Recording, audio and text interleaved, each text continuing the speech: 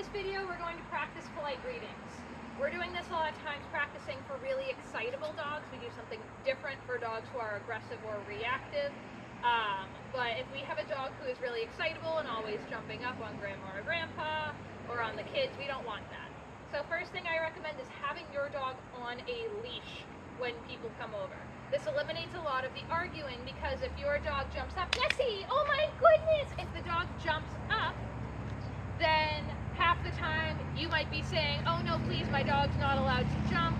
And they're going, well, it's fine. I love poodles, I love labs, I love dogs, it's totally fine. So this eliminates the fighting. It also makes it so that I can easily remove my dog from the situation. If she gets too excited, you can back away. So this way we can add a consequence to the dog that makes sense.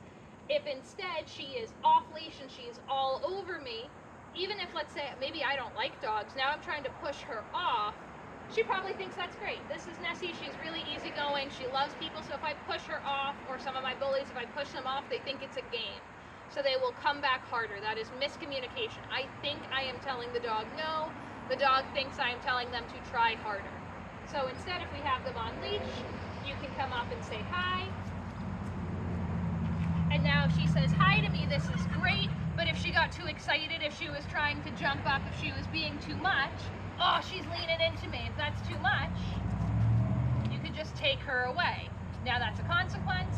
Anthony could reward her with food or attention for making good choices there. Instead, often how we would like to do it is have Anthony come up and have Nessie wait to say hi.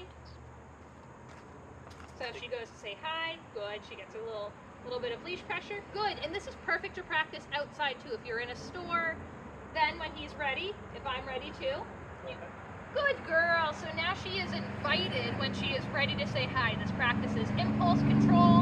It makes sure that she's not just throwing herself at me or at random people in the store, which makes it kind of frustrating sometimes to take dogs places.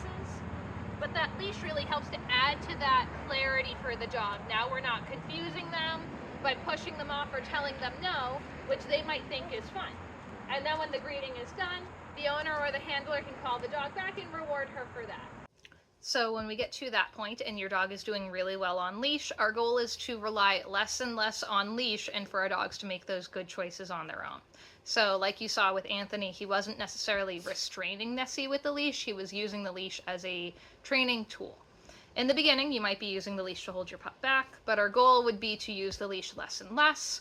Then when they're doing really well, we could see how they do with dragging the leash.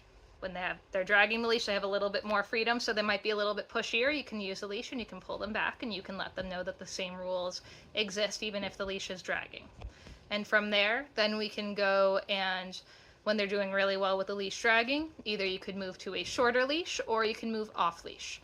We don't usually want to go completely on leash to completely off leash directly, because then when your dog pushes a little bit, it becomes really hard to tell them that they're wrong without getting overexcited and potentially rewarding them for inappropriate behavior. Now we've just told them that the jumping does work sometimes.